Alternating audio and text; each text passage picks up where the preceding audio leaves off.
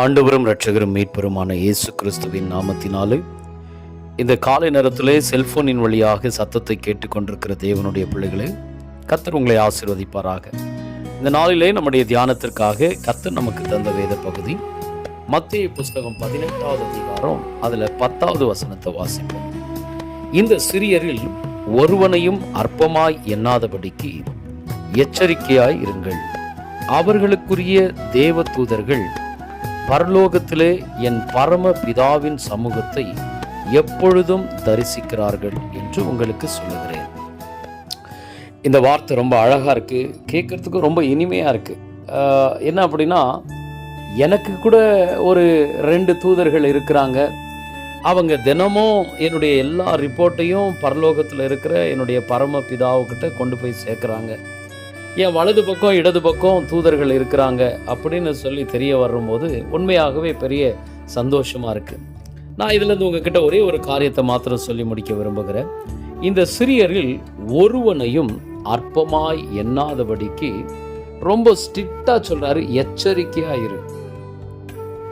ரொம்ப இந்த வார்த்தை கேட்குறப்போ எப்படி இருக்குது அப்படின்னா, எச்சரிக்கையாக இரு, உனக்கு வார்னிங் கொடுக்குறேன் அப்படின்ற அளவுக்கு இந்த வார்த்தை சொல்லப்படுறதை நீங்கள் கவனிக்கிறீங்க.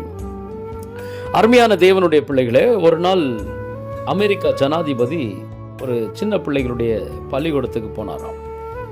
போனப்போ அவரோடு கூட நிறைய சேவகர்கள் எல்லாம் இருந்தாங்க.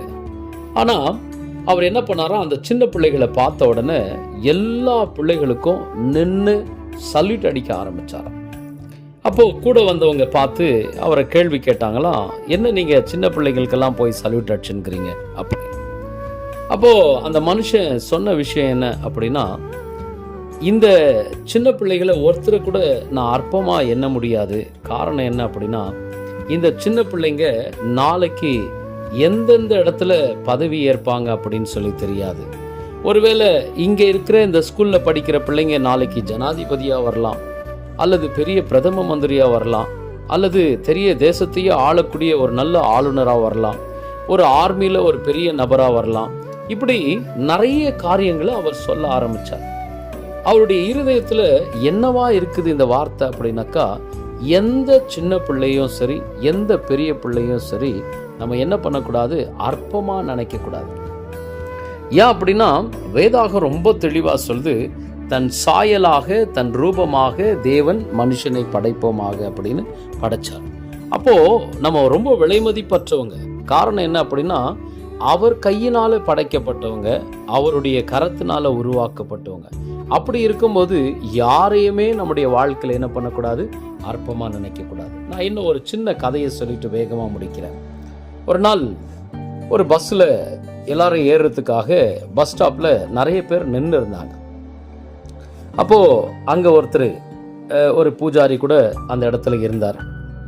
அந்த பஸ்ஸு ஒரு பஸ்ஸு வந்துச்சு, அந்த இதில் நின்றுச்சு, பஸ் ஸ்டாப்பில் நின்ன உடனே அந்த கண்டக்டர் என்ன பண்ணார், டக்குன்னு ஒடியாந்து அங்கே நிற்கிற அந்த பூஜாரியை ரொம்ப மதிப்புக்குரியவராக எல்லாரையும் இருங்கப்பா அப்படின்னு சொல்லிட்டு அவரை ஒண்டி ஃபஸ்ட்டு வண்டியில் ஏற்றி விட்டு அழகாக ஒரு இடத்துல உட்கார வச்சாங்க. அப்புறம் அந்த கூட்டத்தில் இந்த கார வேலை செய்து கை காலெல்லாம் சிமெண்ட்டோட ஒரு மனுஷன் வந்திருந்தார். அவரை ரொம்ப நாள் கழித்து எல்லாரும் ஏறினதுக்கப்புறம் அவர் ஏறினார். கடைசியில் ஒரு ஜன்னல் ஓரத்தில் கிடைக்கிற ஒரு ஷீட்டை பிடிச்சி அவர் உக்காந்து தலையை இப்படி சாச்சுன்னு உக்காந்து இருக்க ஆரம்பித்தார்.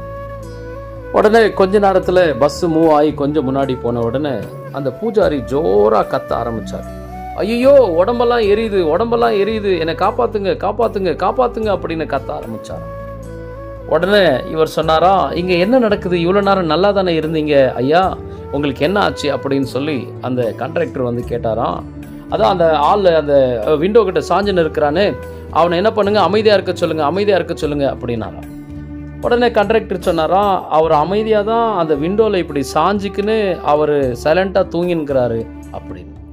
அப்போது இந்த மனுஷன் சொன்ன விஷயம் என்ன அப்படின்னா, அவர் சும்மா சாஞ்சுன்னு இல்லை, வாயில் தேவனோடு கூட அந்த துதியின் அந்நிய பாஷையோடு கூட அவர் கடவுளை ஆராதிச்சுன்னு இருக்கிறாரு.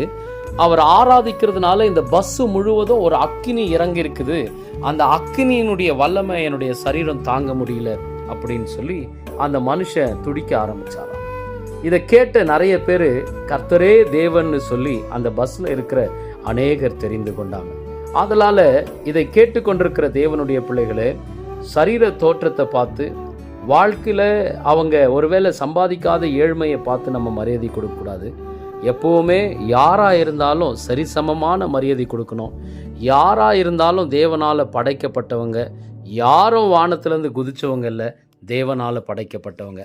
ஆனபடியினாலே இந்த சிறியரில் ஒருவனையும் அற்பமாக எண்ணாதபடிக்கு எச்சரிக்கையான ஒரு வாழ்க்கை வாழ்வோம். கர்த்தர் உங்களை ஆசீர்வதிப்பாராக. ஆமென்.